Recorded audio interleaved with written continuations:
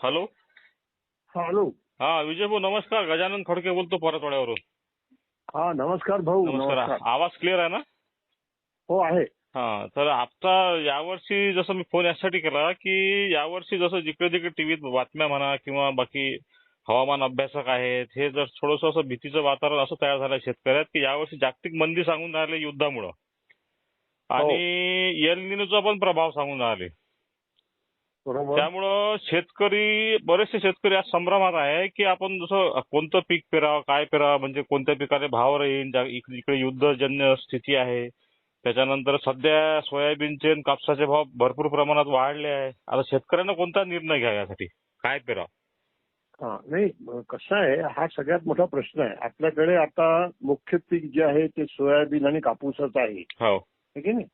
ज्वारी पूर्णपणे आपल्याकडे बाद झालेली आहे. जरी नरेंद्र मोदी साहेब मिलेट करत असले, ज्वारी बाजरी करत असले तरी आपल्या भागातली 40% ज्वारी होती ती आता 1-2% सुद्धा राहिलेली नाही खरीपाची. आहे की नाही? आणि दुसरं की आता एमएसपीचं संरक्षणही नाही आहे ज्वारीला. नाही. मी परवाच एका ठिकाणी असं म्हटलं की आम्हाला जर 4,000 रुपये क्विंटल तुम्ही एमएसपी जाहीर केली आहे ज्वारीची तर खरीपाची ज्वारी 4,000 रुपये क्विंटलला सगळी विकत जी होती पावसानं काळी झाली तरी कारण निसर्ग आमच्या हातात नाहीये तर शेतकरी ज्वारी पण पेरतील ना. पण ते तसं करणार नाहीयेत ते. आता प्रश्न व्हायला सोयाबीन आणि कापसाचा. तर तुम्ही बरोबर बोललात की सोयाबीन आणि कापसामध्ये आता तेजी आहे. त्याचं कारण काय? आतापर्यंत 4,000 रुपये क्विंटल सोयाबीनचा भाव होता. मी स्वतः माझं सोयाबीन यावर्षी 4,000 रुपयाला विकलेलं आहे. 70-80% शेतकऱ्यांनी आपला कापूस 7,200, 7,500 ला विकलेला आहे. पण आता जागतिक बाजारात कापसाचे भाव 9,000 ते 9,500 रुपये झालेले आहेत. आज तारखेला.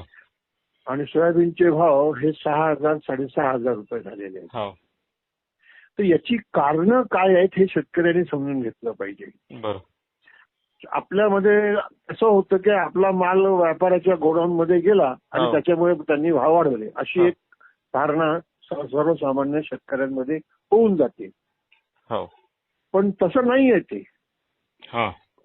कापसाचे भाव वाढलेत याचं कारण असं आहे की आपला जेव्हा कापूस निघाला, जेव्हा आपल्याकडे कापूस हंगाम सुरू झाला तेव्हा जागतिक बाजारात म्हणजे अमेरिकेत कापसाचा भाव अमेरिकेच्या रुपयामध्ये 70-72 सेंट म्हणजे त्यांचे पैसे त्यांचा $1 म्हणजे 100 सेंट. तर ते 70-72 सेंट 1 पाऊंड रुई म्हणजे अर्धा किलो रुईचा भाव होता. तो जर आपल्या रुपयामध्ये आणि गाठीमध्ये कन्व्हर्ट केला तर तो 45,000 ते 50,000 रुपये खंडी असा त्या गाठीचा भाव होता रुईचा. म्हणजेच आपल्याकडे 7,000, 7,500 रुपयाच्या वरती भाव मिळू शकत नव्हते जर सरकीला भाव राहिले तर. आहे की नाही? म्हणून ते भाव मिळाले. आता तिथे काय झालेलं आहे या युद्धानंतर तिथे क्रूएलचे भाव वाढले सगळीकडे जगामध्ये. ठीक आहे नाही? तर क्रूएलच्या भावाचा परिणाम हा मानव निर्मित धाग्यावर टेरिलिन पॉलिस्टरच्या धाग्यावर झाला. कारण तो त्यांच्यापासून तयार होतो. त्याचे भाव वाढल्यामुळे या धाग्याचे भाव वाढले. या मॅनमेड फायबरचे भाव वाढल्यामुळे सुती धाग्याची मागणी वाढली आणि सुती धाग्याचे भाव वाढले आणि त्याच्यामुळे कापसाचे भाव वाढले. हे समजून घ्यायला पाहिजे. बरोबर.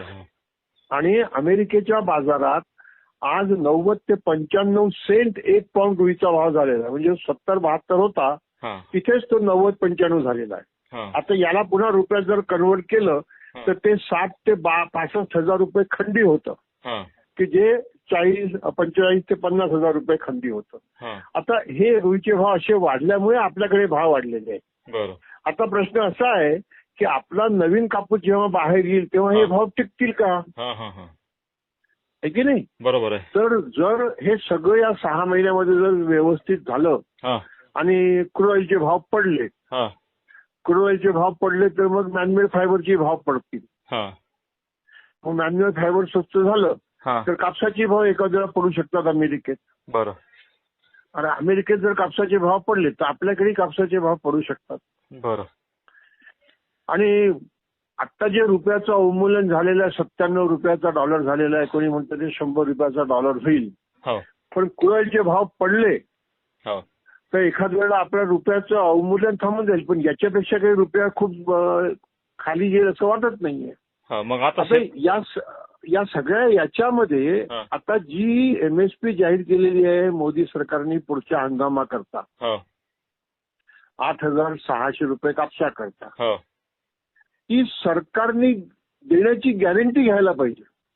आता ते तर आपण इतक्या दिवसापासून पाहूनच राहिलो सरकार काय करणार MSP जाहीर केल्यानंतर. तर ते आपल्या सगळ्या नेत्यांनी त्याचा आग्रह केला पाहिजे की पहा, तुम्ही यावर्षी MSP कापूस विकत घेतला नाही, त्याच्यामुळे 7,500ला शेतकरी कापूस विकल्यानंतर कापूस बाजारात तेजी आली. 8,100 रुपये सरकारची MSP होती. जर त्यात घेतला असता कापूस तर एवढी लूट झाली नसती ना. आता तेच आता नवीन MSP जाहीर केल्यानंतर आता रब्बीची ज्वारी शेतकऱ्याची निघाली. आता त्या MSPच्या याच्यावर एका शेतकऱ्याच्या सातबाऱ्यावर फक्त 4 क्विंटल ज्वारी विकत घेणार आहे. तेच तर सांगतो नव्हतं. अरे मी तर माझी ज्वारी मागच्या वर्षी 1,700 रुपये क्विंटल विकली होती, तेव्हा 33 रुपये MSP होती. मग त्या MSPचा काही जास्त फायदा शेतकऱ्याला होणारा नाहीये, कारण शेतकऱ्याला खुल्या बाजारातच आपला माल विकावा लागते. त्याच्याकरताच MSPची मागणी महत्वाची आहे. त्याच्याकरताच आपण MSPचं आंदोलन करण्याची घोषणा केली होती. तर आता हा जो समजा तेजी मंदीचा जो हिशोब आहे किंवा यावर्षी जे पावसाचं प्रमाण कमी आहे, तर अशाच शेतकऱ्यांना कोणतं निर्णय घ्या, कोणतं पीक लागवड करावं? याच्यात कसं आहे, आपल्याकडे दुसरं अल्टरनेटिव्ह आहे सोयाबीन, आहे की नाही. आता सोयाबीनच्या बाजाराची आता तेजी का आली, तर एकतर सोयाबीन आपल्याकडे आयात करणं शक्य नाही आता तिकडनं, कारण की रस्ते बंद झालेले आहेत आणि वाहतुकीचा खर्च वाढलेला आहे आणि आपल्याकडे सोयाबीनचं पीकही यंदा कमी होतं. तर आपल्या सोयाबीनचे भाव हे सोयाबीनच्या ढेपीवर ठरतात.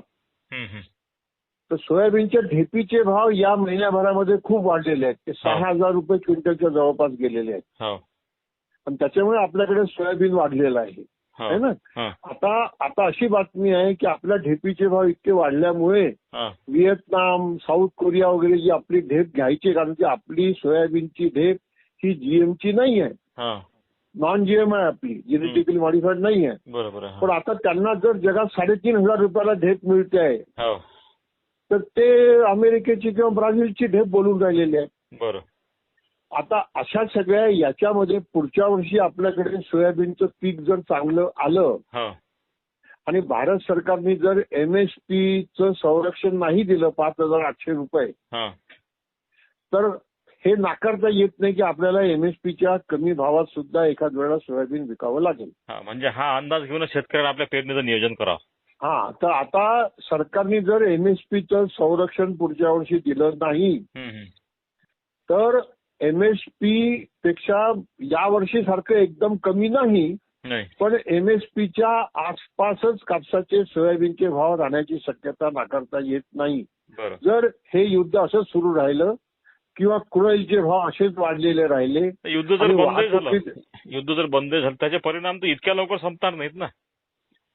असं म्हणतात आहेत की युद्ध जरी बंद झालं तरी क्रूडचे भाव हे $100 खाली काही एकदम येणार नाही. त्याला 5-6 महिने लागतील, पण 5-6 महिन्यानंतरच आपलं पीक येईल ना मोठ्या प्रमाणात बाजारात. मग तो धोका नाकारता येणार नाही ना. दुसरा आणि रुपयाचं अवमूल्यन जे आहे ते माझ्या मते 100 रुपये व्हायलाच पाहिजे. ते जर झालं तरी मग आपण MSPच्या जवळपास राहू शकतो, कारण की मग आयात करणं इतकं सोपं होणार नाही. हेही शेतकऱ्यांनी समजून घेतलं पाहिजे की रुपयाचं अवमूल्यन हे शेतकऱ्यांच्या हिताचं आहे. आणि दुसरं, आज मोदीजी जे रुपयाच्या अवमूल्यनाचा सगळा दोष हा इराणच्या युद्धाला किंवा क्रूडचे भाव, पेट्रोल डिझेलचे भाव जगात वाढले याला देतात आहेत, हे पण चुकीचं आहे. हे आता सगळं बाहेर येतात. मोदींचे इकॉनॉमी सुद्धा सांगतात आहेत की मोदींनी गेले 12 वर्ष आपला रुपया जाणून बुजवून मजबूत ठेवला, कारण मोदींनी मनमोहन सिंगांची रुपया अवमूल्यनाकरता टीका केली होती. तेव्हा मनमोहन सिंग सरकार होतं तेव्हा 56 रुपयाचा 54 रुपयाचा डॉलर झाला, तर मोदींनी म्हटलं होतं की हे काय आहे, कसले डॉक्टर आहे, ते रुपयाचं अवमूल्यन करतात आहेत. पण मोदी सत्तेवर आल्यानंतर 54 रुपयाचा डॉलर आता 97 रुपयावर गेला. आणि मोदी म्हणतात मैंने अर्थव्यवस्था बहुत अच्छी की, मजबूत कर दी, दुनिया में हमारी 3री 4थी 5वी अर्थव्यवस्था आहे. मग रुपयाचं अवमूल्यन काय झालं? मी 2024 मध्येच निर्मला सीतारामन पत्र टाकलं होतं की जर आमची एवढी अर्थव्यवस्था मजबूत आहे तर रुपयाचं अवमूल्यन का होत आहे हो. आणि भारत सरकार डॉलर विकून विकून रुपया मजबूत का ठेवत आहे हा, हा. हेही आम्ही शेतकऱ्यांनी समजून घेतलं पाहिजे की शहराच्या लोकांकरता सगळं 12 वर्ष राज्य चाललं हो. आणि आम्हाला मारून देशाची व्यवस्था विकसित झालेली आहे. हा, हा, हा. शेतीमालाचे जर भाव वाढवावयाचे असतील तर शेतीमालाच्या भावावर आयात कर लावल्याशिवाय पर्याय नाहीये. आता आयात कर म्हणतात तर तुरीची जी आयात आहे सरकारनं पुढल्या वर्षापर्यंत खुली केली आहे आणि त्याच्यावर कोणताही आयात शुल्क नाही. 27 बरोबर आहे ना, 27 पर्यंत आयात खुली केलेली हा, आहे. आणि त्याच्यावर तुम्ही कोणताही आयात शुल्क नाही आहे. नाही तुम्ही आता हरभरा पहा ना, हा. आतापर्यंत हरभरा 5,200 रुपयाला खपत होता. हो. आता तो 5,600च्या आसपास गेलेला आहे. हो. 5,885 रुपये हरभऱ्याची MSP आहे. हो. है ना. आता काय झालेलं आहे, आता तिकडनं हरभरा येणं शक्य होत नाही आहे म्हणून हे थोडे भाव वाढतात आहेत. पण आजही MSPच्या कमीच आहे ना हरभऱ्याचा भाव. हा, मग तुरीची काय स्थिती राहील समजा आयात शुल्क नाही आहे पुढल्या वर्षापर्यंत खुली आयात केली शुल्क तर नाही पुढल्या आहे, पण वर्षी आताही तुरी सुद्धा MSPच्या जवळपास राहू शकतात जर अशीच परिस्थिती राहिली तर. हा.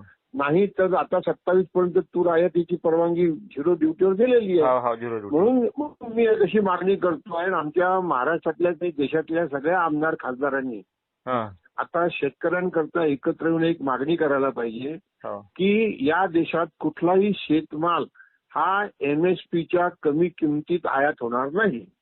हा, तुम्ही अपेक्षा करता की शेतकऱ्यांना एकत्र येऊन ही मागणी केली पाहिजे, पण तुम्हाला वाटते का शेतकरी मी एकत्र येईल? शेतकऱ्यांनी एकत्र येऊन नाही, मी शेतकऱ्यांच्या आमदार खासदारांना म्हणतोय. अच्छा. हा. आणि जर आमचे मुख्यमंत्री उपमुख्यमंत्री म्हणतात की आम्ही शेतकरी हिताचे आहोत हो. तर हे का नाही मागणी करत ही? बरोबर आहे. आमच्या देवेंद्र फडणवीस साहेबांनी दिल्लीला पत्र लिहिलंय ऊसाकरता आणि साखरेकरता. है ना. त्यांनी काय लिहिलं साखरेकरता एक MSP आहे, मिनिमम सेलिंग प्राइस. हो. ते सगळ्या शेतकऱ्यांनी आणि आमच्या विदर्भाच्या नेत्यांनी समजून घ्या माझा हा मुद्दा. हा. मिनिमम सेलिंग प्राइस हा. ती आज 32 रुपये. याचा अर्थ काय आहे की कुठलाही साखर कारखाना हा. त्याला जो कोटा दिला जातो दर महिन्याचा साखर विकण्याचा हा. ते 32 रुपये किलोच्या कमी साखर विकू शकत नाही. हा. ते असं रिस्ट्रिक्शन आहे. हा. आमच्या मुख्यमंत्र्यांनी पत्र लिहिलं आहे दिल्लीला हा. की ही 32 रुपयाची किंमत 42 रुपये करावी. अच्छा. म्हणजे जर आमचे मुख्यमंत्री साखरेची MSP ही 30% वाढवण्याची मागणी करू शकतात हा. तर मग आमच्या सोयाबीनचे, कापसाचे, तुरीचे, हरभऱ्याचे भाव 30% वाढण्याची मागणी का करू शकत नाही? बरोबर आहे. आमचे उपमुख्यमंत्री दोन्ही का करू शकत नाही? याचं उत्तर काय आहे? हा. ही मागणी चूक आहे का नैतिक दृष्ट्या? बरोबर आहे. आणि मला तुम्ही सांगा 32 रुपये MSP असताना आम्ही आज 46-47 रुपये किलो साखर घेऊन खातो की नाही खातो? खातो ना आजही खातो. मग उद्या 42 रुपये जर झाली MSP साखरेची तर आम्हाला 60 रुपये किलो साखर घेऊन खाण्याची तयारी ठेवावी लागेल. मग 60 रुपये किलो साखर महाग नाही तर मग 250 रुपये किलो तेल हे खाण्याचं महाग कसं होतं रे बाबा?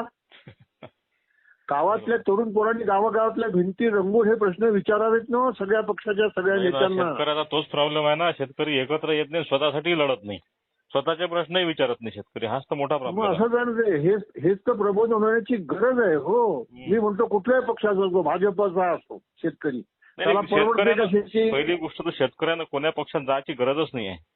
शेतकऱ्यांना फक्त मी शेतकरीच पक्षात जाणं हो त्या हा. पक्षात माझं काही हरकत नाहीये, पण तुम्ही जर शेतीवर जगतात तर तुम्हाला हे परवडतंय का हे तर सांगा ना तुम्ही. अहो मोदीजींनी 6,000 रुपये क्विंटलनी सोयाबीन विकत घेऊ असं आश्वासन विधानसभेच्या निवडणुकीत दिलं होतं की नव्हतं दिलं? बरोबर.